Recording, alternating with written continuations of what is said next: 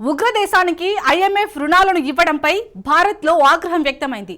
ఉగ్రవాదాన్ని ప్రోత్సహిస్తున్న దేశానికి రుణాలు ఇవ్వడమేంటని, టెర్రరిజాన్ని ఎంకరేజ్ చేయడమేనని భారత రక్షణ మంత్రి రాజ్నాథ్ సింగ్ కూడా ఆరోపించారు. అయితే తాజాగా అంతర్జాతీయ ద్రవ్యనిధి సంస్థ డ్యామేజ్ కంట్రోల్ కుదిగింది. పాకిస్తాన్ రుణాల మంజూరుకు 11 కఠినమైన షరతులను విధించింది. అయితే నిజంగానే పాకిస్తాన్ రుణాలపై ఐఎంఎఫ్ పశ్చాత్తాపానికి గురైందా, లేదంటే పాకిస్తాన్తో ఐఎంఎఫ్ విసిగిపోయిందా? భారత్ విమర్శలను పరిగణలోకి తీసుకుందా? ఐఎంఎఫ్ విధించిన 11 షరతులు ఎవరిపై ప్రభావం చూపుతాయి? Let's watch. రుణాలను పాక్ ఉగ్రవాదానికి మళ్లిస్తుందా?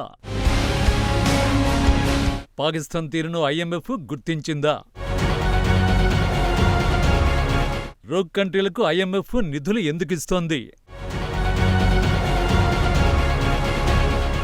పాకిస్తాన్కు అమెరికా మద్దతు ఉందన్నది బహిరంగ రహస్యం. అందుకు ప్రత్యక్ష సాక్ష్యం, నిదర్శనం ఐఎంఎఫ్. దీన్నే అంతర్జాతీయ ద్రవ్యనిధి సంస్థ అంటారు. దివాలా తీసిన దేశాలకు అస్సలు అప్పు పుట్టని పరిస్థితుల్లో ఆదుకునేదే ఐఎంఎఫ్గా నిపుణులు చెబుతారు. కానీ పాకిస్తాన్ విషయంలో మాత్రం ఐఎంఎఫ్ అలా వ్యవహరించడం లేదు. ఆ దేశానికి అప్పిచ్చే అసలైన బ్యాంకులో ఈ గ్లోబల్ సంస్థ పనిచేస్తోంది. పాకిస్తాన్కు రికార్డు స్థాయిలో ఐఎంఎఫ్ ఏకంగా 24 సార్లు ఆర్థిక సాయాన్ని అందించింది. తాజాగా రుణ సాయాన్ని వారం రోజుల క్రితం ప్రకటించింది. అది కూడా పహల్గాం ఉగ్రదాడి జరిగిన తర్వాతే ఐఎంఎఫ్ ఆర్థిక సాయం నిర్ణయాన్ని వెల్లడించింది.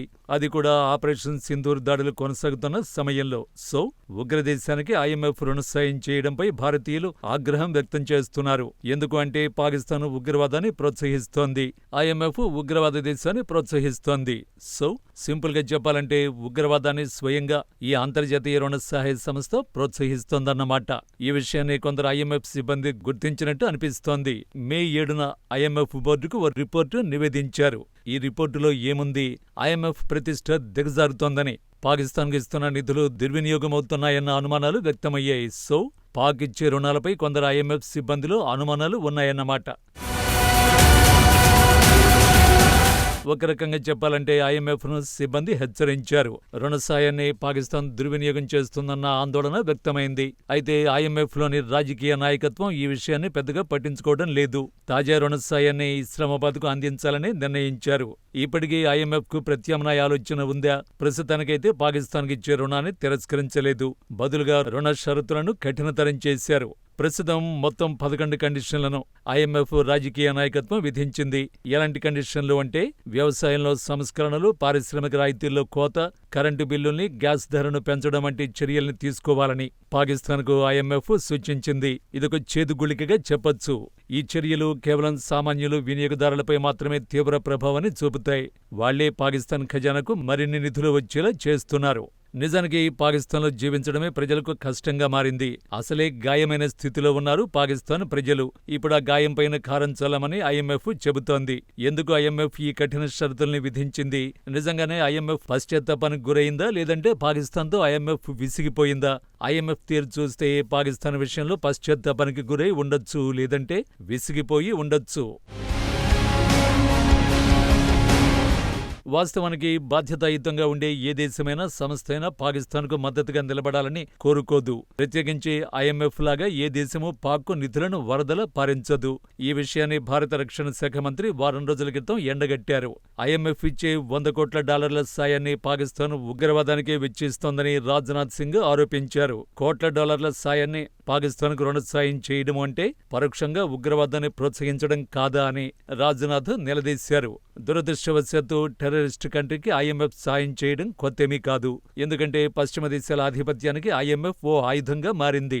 నిజానికి ఐఎంఎఫ్ను, ప్రపంచ బ్యాంకును రెండింటినీ ఆయుధాలుగా పశ్చిమ దేశాలు వాడుకుంటున్నాయి. దానికి ఆధారాలు కూడా ఉన్నాయి. ఐఎంఎఫ్కు చీఫ్గా ప్రతిసారి యూరోపియన్ పౌరులే ఎంపికవుతారు.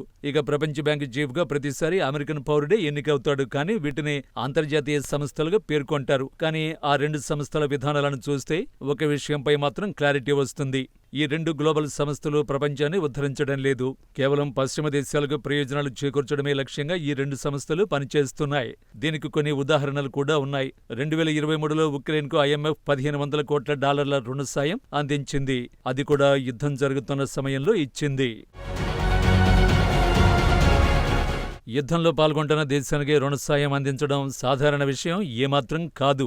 ఉక్రెయిన్కు రుణ సాయం అందించడానికి ఐఎంఎఫ్ చట్టాలను సైతం సవరించారు. మరో ఉదాహరణ అర్జెంటీనా. ఈ దక్షిణ అమెరికా దేశాన్ని ఆర్థిక నెరగాడిగా ఎకనమిస్టులు పేర్కొంటున్నారు. ఈ దేశానికి ఐఎంఎఫ్ 23 సార్లు రుణ సాయాన్ని అందించింది. పాకిస్తాన్ తర్వాత అత్యధికంగా ఐఎంఎఫ్ రుణ సాయం పొందిన దేశంగా అర్జెంటీనా రికార్డు సృష్టించింది. అదే అర్జెంటీనాకు ఈ ఏడాది మరో రుణ సాయానికి ఐఎంఎఫ్ ఆమోదం తెలిపింది. ఈసారి ఏకంగా $2,000 కోట్ల ఇచ్చేందుకు ఐఎంఎఫ్ గ్రీన్ సిగ్నల్ ఇచ్చింది.